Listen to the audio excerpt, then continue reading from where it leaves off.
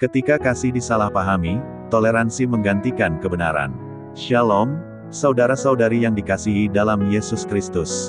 Di zaman ini, kata kasih menjadi kata yang paling sering diucapkan, namun juga yang paling sering disalahpahami.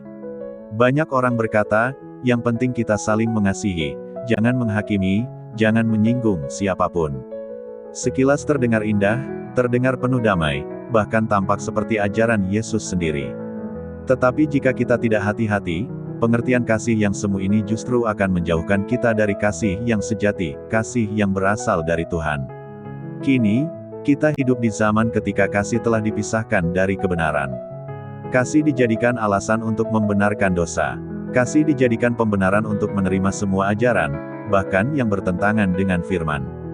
Kasih dijadikan tameng untuk menolak teguran rohani.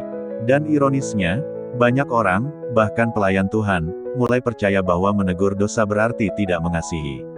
Padahal kasih sejati tidak pernah memisahkan diri dari kebenaran. Kasih tanpa kebenaran adalah penipuan rohani. Dan kebenaran tanpa kasih adalah kekerasan yang tidak membawa kehidupan. Yesus sendiri adalah teladan kasih yang sempurna, Ia penuh kasih, tetapi juga penuh kebenaran. Ia mengasihi orang berdosa, tetapi tidak pernah membenarkan dosa mereka. Ia memeluk orang yang terjatuh, namun juga berkata, jangan berbuat dosa lagi. Saudaraku, inilah bahaya besar yang sedang mengintai gereja masa kini. Banyak yang ingin menonjolkan kasih, tetapi menyingkirkan kebenaran. Banyak yang ingin diterima dunia, tetapi akhirnya menolak pesan salib. Gereja mulai lebih takut dituduh tidak toleran daripada takut tidak setia kepada firman. Hari ini, kita akan merenungkan bersama, apakah kasih sejati itu? Apakah benar kasih berarti menerima segalanya, tanpa batas dan tanpa teguran? Dan bagaimana seharusnya kita sebagai umat Tuhan menunjukkan kasih yang sejati, tanpa kehilangan kebenaran yang menjadi dasarnya? Mari kita gali bersama kebenaran ini berdasarkan firman Tuhan, supaya kita tidak tertipu oleh kasih yang palsu, melainkan hidup dalam kasih yang kudus, yang membawa pertobatan dan kehidupan kekal. Pertama, kasih yang palsu vs kasih yang sejati. Banyak orang berpikir kasih berarti menerima semua orang apa adanya, tanpa perlu menegur atau mengubah apapun. Mereka berkata, yang penting kita saling mengasihi. Jangan menyinggung, jangan menegur, biarlah Tuhan yang bekerja. Kalimat itu tampak rohani, tapi jika tidak dilandasi oleh kebenaran firman, justru bisa menjadi jebakan rohani yang berbahaya. Saudaraku, kasih sejati tidak berarti membiarkan orang hidup dalam dosa tanpa peringatan. Kasih sejati bukan diam ketika melihat seseorang berjalan menuju kebinasaan. Kasih sejati justru berani menegur, bukan karena membenci, tetapi karena peduli terhadap keselamatan jiwa. 1 Yohanes pasal 3 ayat 18 berkata, anak-anakku, marilah kita mengasihi bukan dengan perkataan atau dengan lidah, tetapi dengan perbuatan dan dalam kebenaran. Perhatikan, firman tidak berkata, dalam perasaan, tetapi, dalam kebenaran. Artinya, kasih sejati tidak bisa dipisahkan dari kebenaran. Kasih tanpa kebenaran adalah kasih yang buta, sedangkan kebenaran tanpa kasih adalah kebenaran yang kejam. Dua-duanya harus berjalan bersama. Sayangnya, di zaman ini, banyak orang lebih memilih kasih yang menyenangkan daripada kasih yang menyelamatkan. Kasih yang sejati itu kadang menyakitkan di awal, tetapi menyembuhkan di akhir. Sedangkan kasih yang palsu terlihat lembut di awal, tetapi menghancurkan di akhir. Lihatlah teladan Yesus. Ketika ia bertemu dengan perempuan Samaria di sumur, ia tidak berpura-pura bahwa hidup perempuan itu baik-baik saja. Yesus berkata dengan lembut tapi tegas. Yohanes pasal 4 ayat 18. Engkau benar, engkau telah mempunyai 5 suami, dan yang ada sekarang padamu bukanlah suamimu. Itu bukan kata-kata penghakiman, tetapi penyingkapan kebenaran yang membawa kepada pertobatan. Yesus tidak menolak perempuan itu, tapi juga tidak menutupi dosanya. Ia mengasihi dengan tujuan mengubah, bukan menenangkan hati dalam keadaan berdosa. Kasih sejati selalu menuntun seseorang kepada terang, bukan membiarkan dia nyaman di dalam kegelapan. Kasih sejati berani menegur karena ia melihat apa yang tidak bisa dilihat oleh mata manusia, masa depan kekal seseorang. Kasih sejati tidak hanya memeluk orang berdosa, tetapi juga menuntun mereka keluar dari dosa itu. Itulah mengapa kasih yang sejati harus berdiri di atas dasar kebenaran. Amsal pasal 27 ayat 5-6 berkata, teguran yang nyata lebih baik daripada kasih yang tersembunyi. Seorang kawan memukul dengan maksud baik, tetapi seorang lawan mencium secara berlimpah-limpah. Perhatikan ayat ini, lebih baik ditegur oleh orang yang mengasihi kita dalam kebenaran, daripada dipuji oleh orang yang menyesatkan kita dengan kata-kata manis. Banyak orang di zaman ini lebih suka dicium oleh dunia, disanjung, diterima, dipuji, daripada ditegur oleh firman yang menuntun pada pertobatan. Kasih yang sejati tidak akan menenangkan hati orang berdosa dengan kata, "Tuhan tahu kamu lemah." Tetapi kasih sejati akan berkata, "Tuhan mau menguatkan kamu supaya kamu tidak tinggal dalam dosa lagi." Kasih sejati bukan tentang membuat orang merasa nyaman, tetapi membuat mereka diperbarui oleh kuasa kebenaran. Itulah kasih yang datang dari Tuhan, kasih yang memulihkan, bukan menipu. Kasih yang membebaskan, bukan menjerat. Kasih yang membawa hidup, bukan kematian. Kedua, toleransi, saat dunia menekan gereja untuk diam. Kata toleransi kini sering digunakan sebagai senjata untuk membungkam suara kebenaran. Ketika seseorang menegur dosa, ia segera dilabeli tidak penuh kasih, fanatik, atau bahkan menghakimi. Namun ironisnya, dunia justru menoleransi segala bentuk kejahatan dan menyebutnya pilihan hidup. Padahal, toleransi yang mematikan kebenaran bukanlah kasih, tetapi kompromi.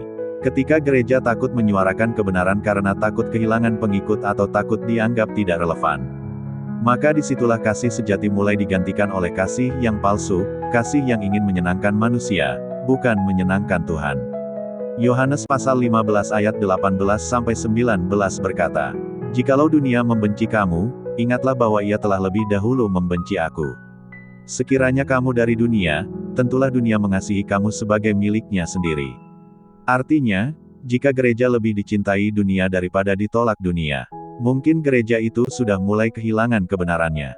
Kasih yang sejati tidak mencari tepuk tangan manusia, tetapi mencari perkenanan Tuhan. Yesus tidak pernah mengajarkan kasih yang membiarkan orang tetap hidup dalam dosa. Ia menerima orang berdosa, tetapi tidak pernah menerima dosa mereka. Ia berkata kepada perempuan yang berzina, "Aku pun tidak menghukum engkau. Pergilah, dan jangan berbuat dosa lagi." Yohanes pasal 8 ayat 11. Inilah keseimbangan kasih dan kebenaran, kasih yang mengampuni, dan kebenaran yang memanggil kepada pertobatan. Jika kita hanya berbicara tentang kasih tanpa kebenaran, kita sedang menipu orang menuju kebinasaan. Namun jika kita hanya berbicara tentang kebenaran tanpa kasih, kita menjadi hakim tanpa belas kasihan. Toleransi tanpa batas akan melahirkan kekacauan moral. Dan ketika kebenaran dibungkam demi menjaga perasaan, maka dosa akan menjadi normal, dan kegelapan dianggap terang. Yesus memanggil gereja untuk menjadi terang dunia, dan terang itu akan selalu mengusik kegelapan. Karena itu, jangan takut bila dunia membenci, menolak, atau menertawakan kita. Lebih baik ditolak dunia karena berdiri di atas kebenaran, daripada diterima dunia karena kita menyerah pada kompromi. Ketiga, ketika kasih disalahgunakan untuk membenarkan dosa. Inilah tragedi terbesar di gereja modern, kasih digunakan untuk membungkam suara pertobatan. Banyak pengkhotbah lebih takut kehilangan jemaat daripada kehilangan kebenaran. Sehingga mimbar-mimbar kini dipenuhi dengan pesan yang lembut, tetapi kosong dari kuasa pertobatan. Mereka berkata, "Tuhan mengasihi kamu apa adanya." Namun lupa menambahkan, Tuhan juga mau mengubah kamu menjadi ciptaan yang baru. Padahal kasih tanpa salib bukanlah kasih Injil, itu hanya hiburan rohani yang meninabobokan hati. Yohanes pasal 8 ayat 11 mencatat perkataan Yesus kepada perempuan yang berzina. "Aku pun tidak menghukum engkau. Pergilah, dan jangan berbuat dosa lagi." Lihatlah keseimbangan kasih Kristus, ia tidak menghukum, tetapi juga tidak membiarkan dosa tetap berkuasa. Kasih-Nya menerima orang berdosa, tetapi kasih yang sama menuntun mereka keluar dari dosa. Yesus tidak datang untuk membuat kita merasa nyaman dalam dosa, melainkan untuk membebaskan kita dari belenggu dosa itu sendiri. Kasih yang sejati tidak membenarkan dosa, tetapi menuntun kepada pertobatan. Namun di zaman ini, banyak yang menggunakan kasih sebagai pembenaran untuk gaya hidup yang bertentangan dengan firman Tuhan. Mereka berkata, "Tuhan kan penuh kasih, pasti Dia mengerti." Padahal seringkali yang mereka sebut pengertian, Tuhan hanyalah pembenaran diri untuk tidak berubah. Roma pasal 2 ayat 4 mengingatkan, "Tidakkah engkau tahu bahwa maksud kemurahan Tuhan ialah menuntun engkau kepada pertobatan?" Artinya, kasih Tuhan bukan alasan untuk tetap hidup dalam dosa. tetapi motivasi untuk meninggalkan dosa dan hidup dalam kekudusan. Kasih yang sejati akan menegur, memulihkan, dan membawa pemulihan yang sejati. Kasih tanpa pertobatan adalah kasih palsu. Karena kasih sejati selalu membawa seseorang dari kegelapan menuju terang. Kasih yang benar tidak menutupi dosa dengan pembenaran diri, melainkan menutupinya dengan pengampunan yang lahir dari pertobatan. Gereja yang benar bukanlah tempat yang membuat orang merasa nyaman dalam dosa, tetapi tempat di mana kasih Tuhan mengubah hati, membebaskan dari ikatan masa lalu, dan memulihkan gambar Tuhan di dalam diri manusia. Keempat, gereja yang benar akan dihujat oleh dunia. Ketika gereja memilih untuk berdiri teguh di atas kebenaran, dunia akan mulai gelisah. Firman yang sejati selalu menyingkapkan dosa, dan dosa tidak pernah suka disingkapkan. Gereja yang menolak kompromi akan segera dituduh intoleran, ekstrim, atau bahkan radikal. Namun itulah harga dari salib Kristus, salib selalu menyinggung ego manusia. Salib bukan simbol kenyamanan, tapi panggilan untuk mati terhadap diri sendiri. Itu sebabnya pesan salib tidak pernah populer. Dunia menyukai Injil yang murah, Injil yang tanpa pertobatan, Injil yang berkata, "Cukup percaya, tidak perlu berubah." Namun Yesus berkata, "Setiap orang yang mau mengikut aku, ia harus menyangkal dirinya, memikul salibnya setiap hari dan mengikut aku." Lukas pasal 9 ayat 23. Inilah inti dari kekristenan sejati, bukan mencari tepuk tangan manusia, tetapi hidup berkenan di hadapan Tuhan. Galatia pasal 1 ayat 10 berkata, "Jadi bagaimana sekarang, adakah kucari kesukaan manusia atau kesukaan Tuhan? Sekiranya aku masih mau mencoba berkenan kepada manusia, maka aku bukanlah hamba Kristus." Paulus menulis ayat ini dalam konteks jemaat yang mulai terpengaruh oleh pengajaran lain, karena mereka ingin diterima oleh dunia. Namun Paulus menegaskan, pelayan sejati Kristus tidak mencari popularitas, tapi kesetiaan kepada kebenaran. Gereja yang takut menyinggung dunia sebenarnya sedang menyinggung Tuhan. Ketika mimbar-mimbar lebih khawatir tentang kehilangan pengikut daripada kehilangan hadirat Tuhan, maka gereja itu sedang beralih dari rumah doa menjadi pasar rohani yang mencari keuntungan emosional. Kasih sejati tidak takut ditolak, karena kasih sejati tidak berfokus pada penerimaan manusia, melainkan pada penyelamatan jiwa. Kita tidak bisa mengasihi orang menuju neraka hanya karena takut membuat mereka tidak nyaman. Kasih yang sejati kadang harus berkata, "Berhenti, jalanmu menuju kebinasaan." Karena kasih yang membiarkan seseorang jatuh ke jurang bukanlah kasih, itu pengkhianatan terhadap kebenaran. 2 Timotius pasal 4 ayat 2-4 memperingatkan, "Beritakanlah firman, siap sedialah baik atau tidak baik waktunya, nyatakanlah apa yang salah, tegurlah dan nasihatilah dengan segala kesabaran dan pengajaran. Karena akan datang waktunya, orang tidak dapat lagi menerima ajaran sehat, tetapi mereka akan mengumpulkan guru-guru menurut kehendaknya untuk memuaskan telinga mereka." Kita sedang hidup di zaman itu sekarang.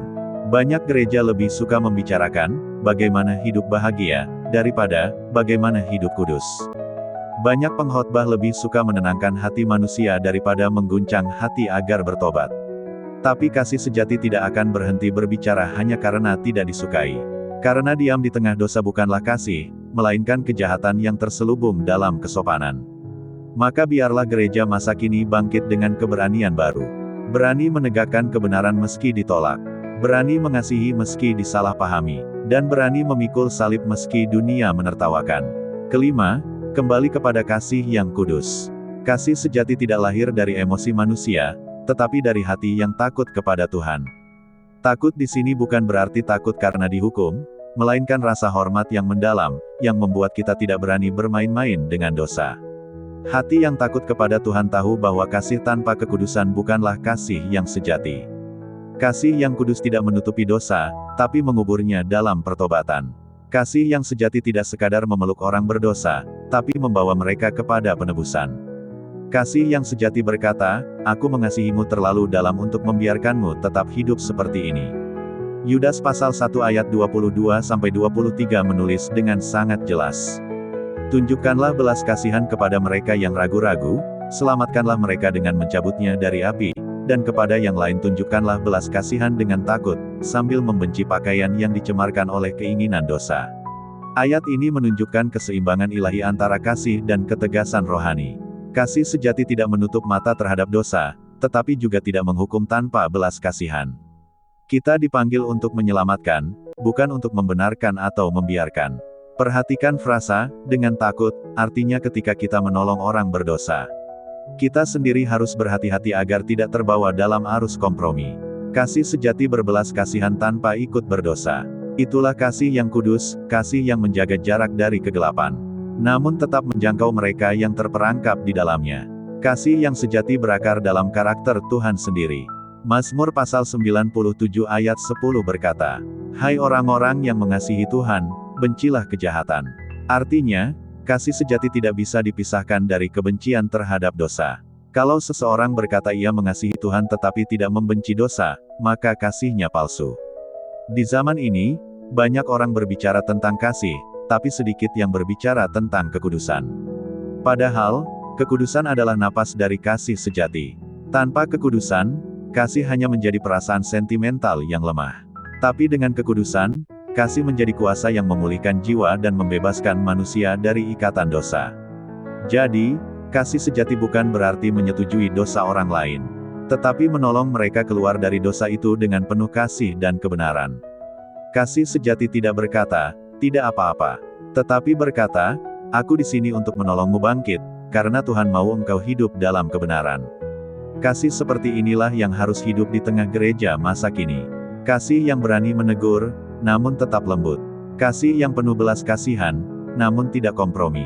Kasih yang lahir dari hati yang takut kepada Tuhan dan tunduk kepada firman-Nya. Jadi, saudaraku yang terkasih, dunia sedang berusaha mendefinisikan ulang kasih. Tapi kasih sejati tidak bisa ditentukan oleh dunia, kasih sejati hanya bisa ditentukan oleh salib Kristus. Kasih tanpa kebenaran hanyalah ilusi yang meninabobokan manusia menuju kebinasaan. Namun kasih yang di dalam kebenaran, itulah yang membawa hidup, pertobatan, dan kemuliaan bagi Tuhan. Jangan biarkan toleransi menggantikan kebenaran. Sebab tanpa kebenaran, kasih kehilangan maknanya. Dan tanpa kasih, kebenaran kehilangan rohnya. Kasih dan kebenaran harus berjalan bersama, seperti Kristus sendiri yang penuh kasih dan penuh kebenaran. Shalom, dan tetaplah berdiri teguh di dalam kasih yang sejati, kasih yang berani berkata benar. Tuhan Yesus memberkati.